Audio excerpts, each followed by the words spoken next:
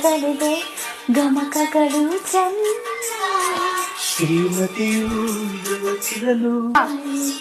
ಈಗ ಏನ್ ಮಾಡಿ ಗೊತ್ತಾ, ಫಸ್ಟ್ ಈ ವಿಡಿಯೋನ ಅಪ್ಲೋಡ್ ಮಾಡಿ, ಎಷ್ಟು ಲೈಕ್ಸ್ ಬರುತ್ತೆ ಎಷ್ಟು ವ್ಯೂಸ್ ಬರುತ್ತೆ ಅಂತ ನೋಡೋಣ.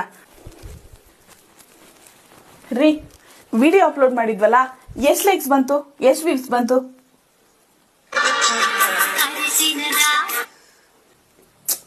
ಎಷ್ಟೆಲ್ಲ ಕಷ್ಟಪಟ್ಟು ವಿಡಿಯೋ ಮಾಡ್ತೀವಿ, ಆಫೀಸಿಂದ ಬಂದು ಎಷ್ಟೇ ಸುಸ್ತಾಗಿದ್ರು ಆ ಸುಸ್ತನೆಲ್ಲ ಮರ್ತು, ನಮ್ಗೆ ಎಷ್ಟೇ ಬೇಜಾರಿದ್ರು ಆ ಬೇಜಾರನ್ನೆಲ್ಲ ಮರ್ತು ಜನಗಳಿಗೋಸ್ಕರ ವಿಡಿಯೋ ಮಾಡ್ತೀವಿ.